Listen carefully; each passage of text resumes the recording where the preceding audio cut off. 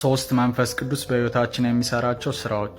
ይህንን ስላችሁ ገላትያ 5 ላይ የመንፈስ ፍሬ ተብለው ፍቅር፣ ሰላም፣ ደስታ፣ ራስ መግዛት፣ ትዕግስት ተብለው ከተጠቀሱት ጋር እንዳይምታታባችሁ። እነሱ ሊመጡ የሚችሉት አሁን በምጠቅሳቸው በሶስቱ ስራዎች ውስጥ ነው። ምክንያቱም አንድ የዛፍ ፍሬ ከመውጣቱ በፊት ስር፣ ግንድ፣ ቅርንጫፍ ያስፈልገዋላ።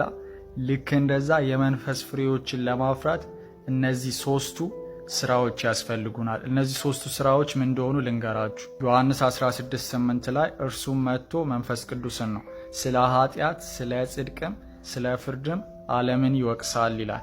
ስለዚህ አንደኛ ስለ ኃጢአት ይወቅሰናል።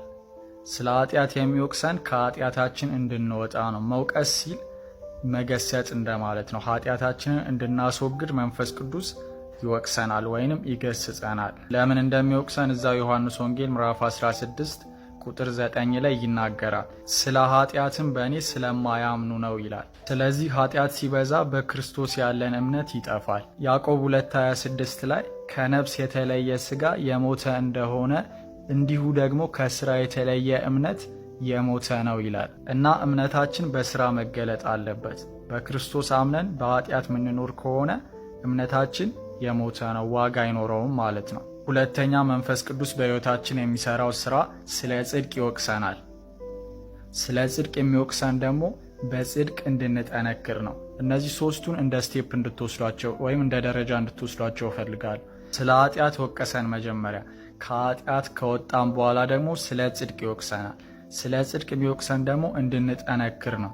እዛው ምዕራፍ ቁጥር 10 ላይ ለምን ስለ ጽድቅ እንደሚወቅሰን ይናገራል። ስለ ጽድቅም ወደ አብ ስለሚሄድ ከዚህ በኋላ ስለማታዩኝ ነው ይላል።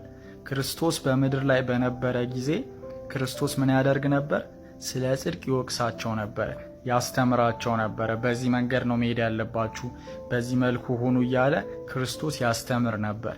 አሁን ግን ክርስቶስ በምድር ስለሌለ ማን ነው የሚወቅሰን? ማን ነው የሚያስተምረን? መንፈስ ቅዱስ ነው። 3 ስለ ፍርድ ወይንም ስለ ውሳኔዎቻችን መንፈስ ቅዱስ ይወቅሰናል።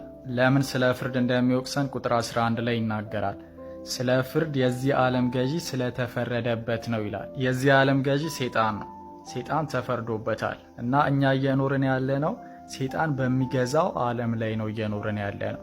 እና እንድታስቡ የምፈልገው ስቴፕ ናቸው ብያቸዋል። ኃጢአትን አልፈን በጽድቅ መኖር ጀምረናል አይደለ? የመጀመሪያው ስቴፕ ኃጢአት አለፍን። ከዛ በጽድቅ ደግሞ ጠንክረን እየኖርን ነው፣ ሁለተኛው ስቴፕ አልፈን ማለት ነው።